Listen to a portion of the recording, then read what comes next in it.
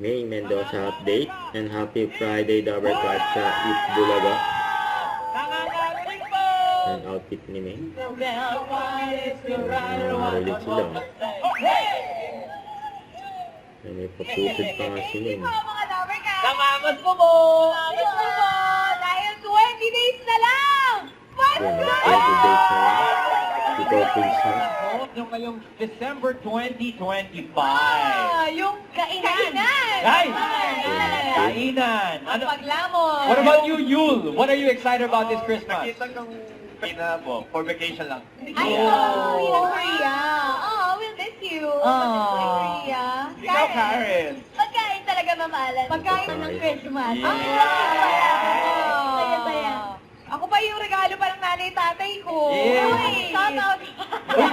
Ako looking forward ako kahit makaano man lang. Yung maka-attend lang mga ilang gabing sing. Ikaw, Miles. Pagkain mamiki, siyempre, Natural. hello. Ito din ako sa Christmas party natin kasi first Oo nga, Di ba Hindi ka ba nasabihan? Hindi nasabi? Sinasabi. Pangalan ikaw. Ako, mga reunion with family, tapos friends, mga tao sa clowns. Yun talaga eh. Yung mga tao lang po ba? Hindi ka naiiyak. Kasi may mga tao sa clowns.